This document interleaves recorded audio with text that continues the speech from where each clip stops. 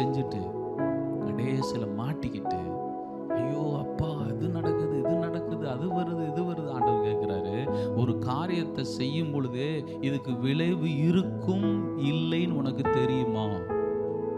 பிசாசானவன் உலகத்தில் சொல்லி வச்சிருக்கிறான், நீ என்ன பாவம் வேணாலும் பண்ணு, விளைவே இல்லைன்றான். விளைவே இல்லை. நீ என்ன தப்பு வேணாலும் பண்ணு, என்ன அக்கிரமம் வேணாலும் பண்ணு, என்ன பாவம் வேணாலும் பண்ணு, உனக்கு என்ன இல்லைன்றா?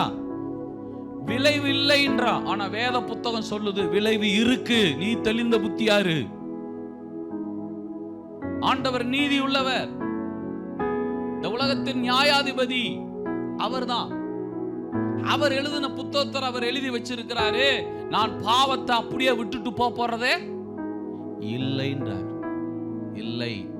அப்போ பாவத்தை குறிச்சே தெளிவான புத்தி இருக்கணும். பாம்பை குறிச்சு தெளிவான புத்தி வந்துருச்சா?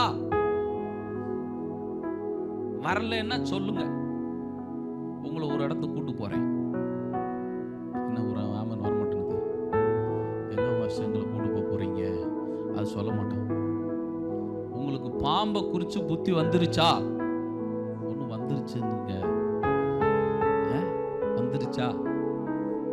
வந்துருச்சு இல்லை? நிறைய பேர் கம்மியா கையை தூக்குங்க, முதல்ல பார்த்துக்கிறேன். வரல பாஸ்டர்னா வாங்க, உங்களை நான் இன்னைக்கு என்ன பண்ணி கொடுத்துட்றேன்.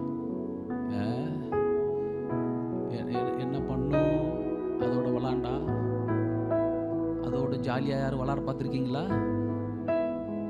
விளாண்ட பார்த்துருக்கீங்களா? இல்லை இல்லை. அது வந்துச்சுன்னா வீட்டில் வழிபாடு பண்ணுறீங்களா?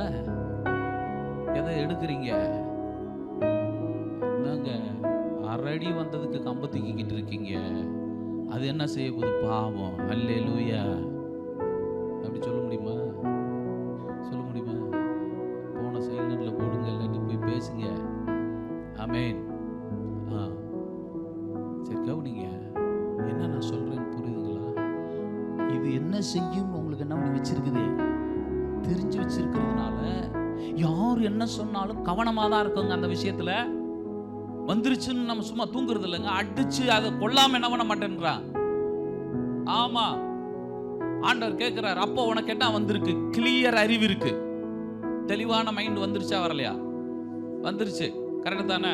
ஒரு பஸ் வருது, நேர எதிர்த்து போவேன். மைண்ட் என்ன சொல்லுது?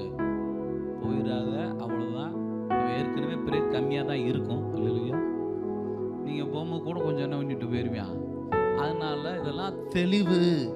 அவர் கேட்கிறாரு, அப்போ அந்த உலகத்துல பாவத்தை நான் அப்படியே விட்டுட்டு போயிருவேன்னு யார் உனக்கு சொன்னது?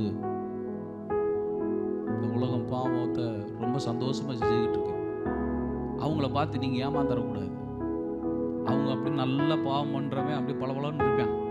நீங்க என்ன பண்ணிடாதீங்க, அவனை பார்த்து ஏமாந்துடாதீங்க. வேதம் சொல்லுது, பாவத்தின் சம்பளம் ஆத்தும மரணம்.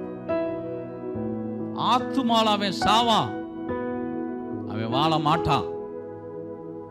அவனுடைய வாழ்க்கையில வித்தியாசமான சூழ்நிலைகள் வரும். அந்த சூழ்நிலைகள் அதான் வரலங்க.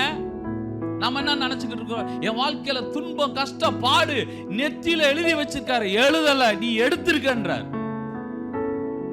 எடுத்திருக்கிறோம், அது கொடுக்கப்படாது. அது ஒண்ணுக்கான சம்பளம் தாங்க வேதனை. அவன் வரலைங்களா?